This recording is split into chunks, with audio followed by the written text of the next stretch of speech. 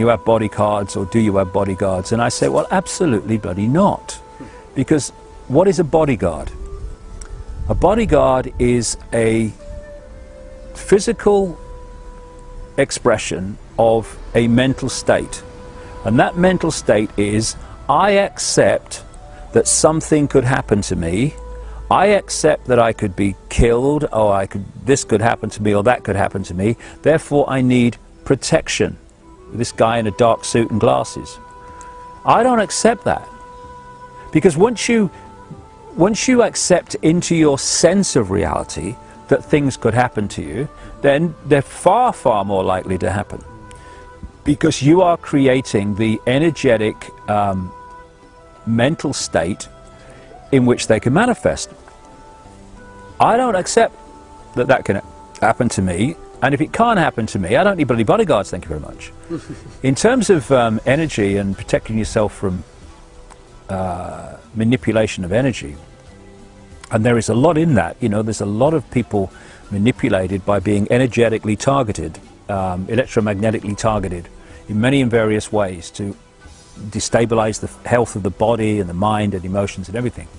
And I've experienced that over the years. But if I keep my heart open and I go on doing what I know to be right, as opposed to what I think is right for me in the moment, but what is the right thing to do in this time. Okay, this might have unpleasant consequences for me, but it's the right thing to do. If you do that, all these mental and emotional states are manifestations of vibrational states. The more fear you're in, the slower your energy vibrates, so it becomes denser. And when you keep your mind open, you keep your heart open, and you do what you know to be right, that manifests as a vibrational state, quite a high vibrational state, quick. Now, if I'm vibrating faster because of that, and I'm not saying me, I'm saying anybody, than the control system, which is based on slow density, which is why they're trying to pull humanity all the time into fear and stress and worry and depression, because that pulls you into their density. But if I'm vibrating quickly, because, or anyone is, because of their state of being, then the control system cannot energetically, vibrationally connect to me. If it cannot connect vibrationally, it cannot connect physically, because the physical is just an expression of the vibrational, the information.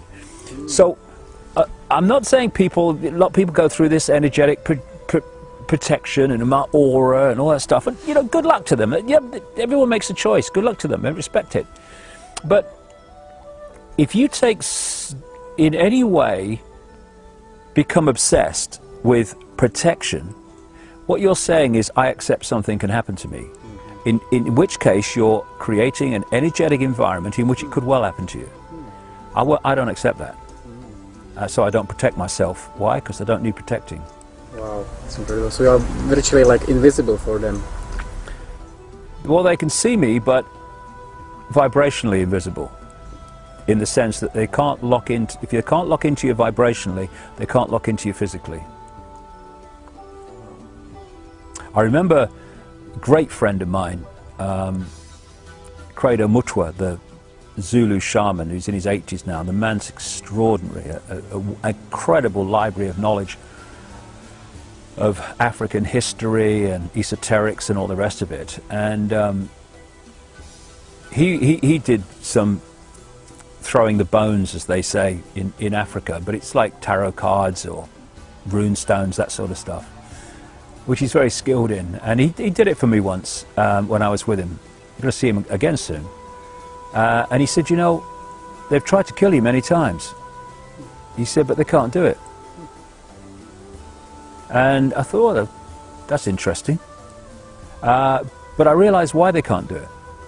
Because if they can't get to me energetically, they can't get to me physically. They can't do it. And it's the same with anybody that reaches a certain vibrational state. They can't. No, I wouldn't say that I'm afraid. I'm passionate. I'm determined. And, you know, when you have a a philosophy on life that I have, and I back it up with a lot of detailed evidence in my books, that we are infinite eternal consciousness having an experience in this frequency range we call a reality, and that David Icke or Ethel Jones or Charlie Smith is just an experience that my consciousness is having. It's not me, it's an experience I'm having, which is why when people have near-death experiences, they have the experience of leaving the body, but they're still totally in their awareness, in fact far more in their awareness than they are in the body.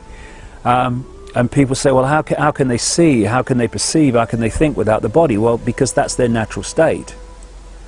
So where I'm going with this is this: the worst thing that can happen to me doing what I'm doing is that someone kills me. What that means is my infinite consciousness leaves this vehicle, you know, just like a spaceman gets out of the spacesuit. So I think I can deal with that, no problem. So the worst thing that can happen is someone kills me, and I have no problem with that.